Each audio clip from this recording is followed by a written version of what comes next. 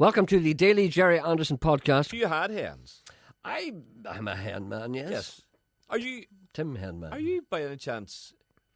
Are you Hen McLaughlin? I am not Hen McLaughlin. I'm Egg Oh, McLaughlin. well, there it's close. It's close. let Well, me you ex- should know. Well, let me You explain. should know if you're territorial. I mean, Let me explain this for the benefit of listeners who may not understand what we're talking about. My ancestral roots lie in Donegal. I've made no secret of that. And my people are from Donegal, and I take great pride in being from Donegal. Now, the area, a particular area in Donegal that my people are from, is festooned with McLaughlins and Dohertys, right? Yeah. Every second house is Doherty. Every first house is McLaughlin. For instance, the house where my people lived, there are McLaughlins all around there. Yeah. So there is great reason to find some way to differentiate between the different McLaughlins who are not necessarily related. And you know the story about being a neighbour and a friend. I'm a friend, but I'm not a neighbour. I'm a neighbour, but I'm not a friend. A neighbour is a person who lives beside you. A friend is a person who's a relative. So a person could say, is that the person who lives beside you, are they a friend of yours? And you say, no. But are they a neighbour? Oh, yeah. But they're a neighbour and a friend. They're a neighbour, but they're not friends. I didn't know that. Oh, yeah. You could say, oh, they're a neighbour of ours, but they're not friends. In other words, it doesn't mean they're not unfriendly. It means that they're not related to me. But they're friends. Friends means they're Related. Well, would you have a friend once removed? Yes. Would you? Indeed, yes. Anyway, so in that particular part of the country, there are different McLaughlins, different nicknames for the family, which have been earned throughout the dim and distant past. Maybe perhaps some, Whitehara.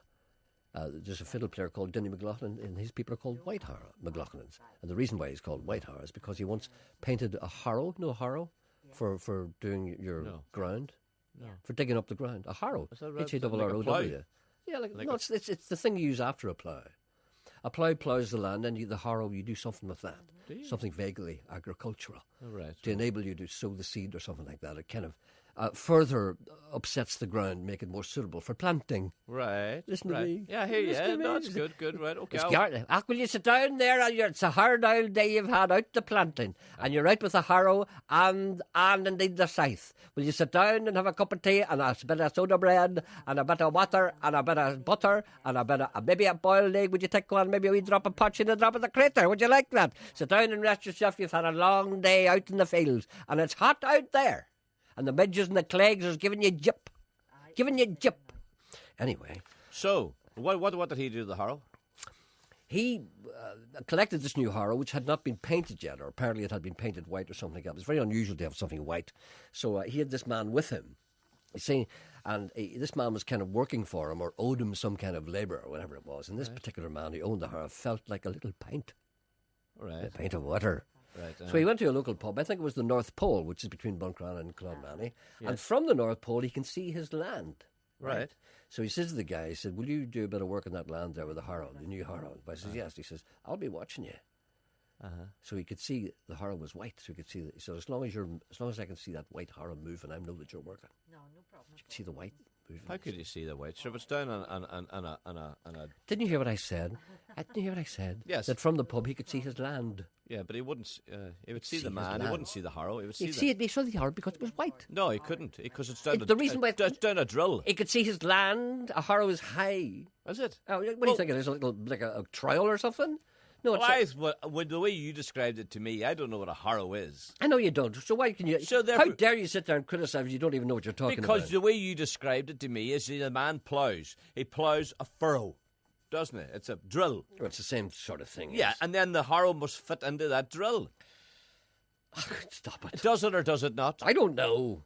Will you sit down and stop your old questioning, cross-examination? Where do you think we are? Long kiss. For God's sake, have a bit of sense and sit down and have a cup of tea and enjoy yourself and relax and none of that old hargy-bargy. You don't know what a harrow is? No.